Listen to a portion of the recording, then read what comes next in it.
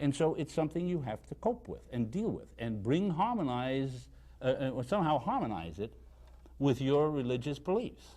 I don't need to cut That's you it. off. I'm off. I'm through. But I'd like to have both of you approach it. Obviously, we got young and old. There's a conflict there, young earth, old earth. We got some young people and old people, too. Yeah. But we had some different facts dealing with that. I'd like to deal with, as in your estimation, extra biblical proof. In other words, what's the best evidence that creation is a fact, not just a faith? And then, what is your best evidence that evolution is a fact, not a faith? And you may say both are faiths or both are facts, or you may say, I'm just throwing out the question. What's your best? I have several questions about evidences for evolution, evidences for creation, and we're talking scientifically now, not from the standpoint of Genesis 1. Okay, I would quickly say both are faiths. Neither can be proved. You would not say that creation is a fact? I believe creation is a fact, but it's not an empirical. I cannot offer any empirical evidence. By that I mean testable, observable, repeatable, demonstratable in the laboratory, because I wasn't there. It cannot be done again, evidently. It's a one-time event that is not testable. It's not. So by the strict definition of scientific empirical evidence, it is not, and neither is evolution. They are both hypothesis, theories, whatever word you want to use. Let me stop you right there. Okay. Because now, how do you feel about evolution? Do you still say I feel it is not a fact. Evolution is an explanation that draws together the relationships displayed over and over again in facts. And it is something that we know more about each decade or year or otherwise. It's self-correcting and will be improved. And to say that, for instance, Darwin was perfectly correct, no, he was not perfectly wrong either. And Homo sapiens, of course, doesn't count very much because we've taken ourselves out of natural selection and out of the arena of simply survival of the fittest. On the other hand, I might add that in our indifference, if I were going to get on religion, on anything, I would say it has only been in the past decade that I've seen very much toward stewardship toward this earth. And now in the last week, I've seen a lot more of churches taking on the stewardship of this earth and not to subdue it. It's not a plaything for you to louse up, and with the environment thing, and it's almost mirrors the way industry suddenly said, oh, we've always been interested in the environment. We're going to have to come to grips with the fact that Homo sapiens has lived prodigally, and we have abused. We've all sinned and come short of the glory of God. That sounds like you're talking my language. Hey, I mean, I've spent a lot of time in a lot of churches. Let me say this, and I'll get back, because, and I think I stated on the radio yesterday, I believe creation because the Bible says I'm a very simple-minded preacher. But I believe both of you have some evidences that would cause one to believe, and obviously you can't prove nobody was there. I guess that's what you're both saying. Nobody was there to document. You don't have any eyewitness accounts. But what are the facts that cause you to believe, outside extra-biblical facts that cause you to believe creation, cause you to believe evolution, besides the age of the earth? Because we've already dealt with that age of the earth. Okay, yes, to finish, the complexity of life indicates the design, and he referred to fossils are accidents because things are designed to recycle themselves, and I agree the whole universe is designed, and that indicates a designer. All I have to do is pick up any book and realize that book had an author.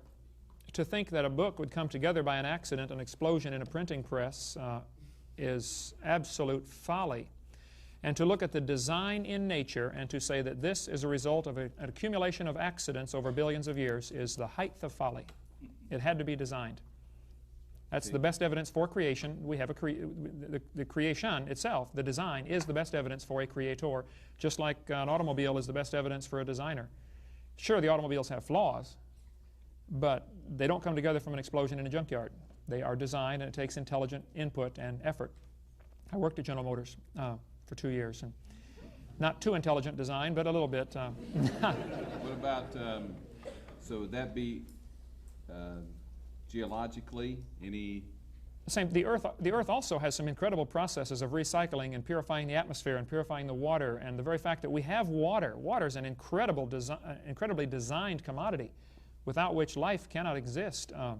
When it freezes, it floats instead of sinks, like every other liquid that freezes. That was designed so that the fish could live during the wintertime.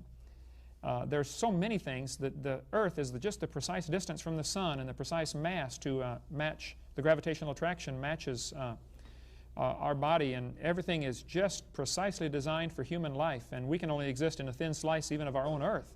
We cannot live too high in the atmosphere or too deep in the ocean. So there's it's very obvious it was designed by a designer. Now, as far as who he was, you know, the religions of the world argue that all the time. I happen to know him personally, so I don't have a question. I don't have a problem about that. But I think the best evidence for creation is the design. I chuckled not because I was laughing at you, but I was reminded of my paleontological and biological friends who are in the business of classifying and arguing whether this particular creature is the same species as this or that. And since species by biology has more to do with whether they can produce offspring that is fertile, I always ask them, well, how do you know whether this clam could reproduce with that clam fossil? Classifications and design are creations of Homo sapiens. We are the ones who generate classifications. We're very upset when things don't fit our classifications. Whether it be simple, such as, well, it used to be simple. You could tell a boy and a girl from the one in the dress was a girl, and the one with the short hair in the pants was a boy. Those criteria are not valid anymore, and so we have to come up with alternatives. And when it comes to dividing and recognizing species of plants and animals, many times the record is full of examples where a species was named because of the root and another species was named because of the leaf, and when they found that leaf on that tree with that root, that was embarrassing. But because we try to classify things, the shrinks try to classify you in terms of are you psychotic or are you paranoid, humans are not easily classified, and neither is the rest of the animal and plant kingdom. What do you see as the creation? Whose creation? Judeo-Christian creation? Buddhist creation? There are many beliefs about what creation was. And we don't work for a particular theological context. I can tell you this, and any scientist will tell you, that we haven't the foggiest idea where matter and energy came from. We can just say, through the conservation and first and second laws of thermodynamics, that nothing is created or destroyed. But where it came from initially, we haven't the slightest idea. And anyone who attempts to explain it is either looking for a little PR or... Sign that quote down here. That's all right, yeah, put it on there. But I don't think any competent individual would do so because we just don't know. And as I said to you, why does gravity attract? Why doesn't it repel? But you see, we are merely describing what is. And if we see order, if we see logic, that depends on our perspective. And if we have a perspective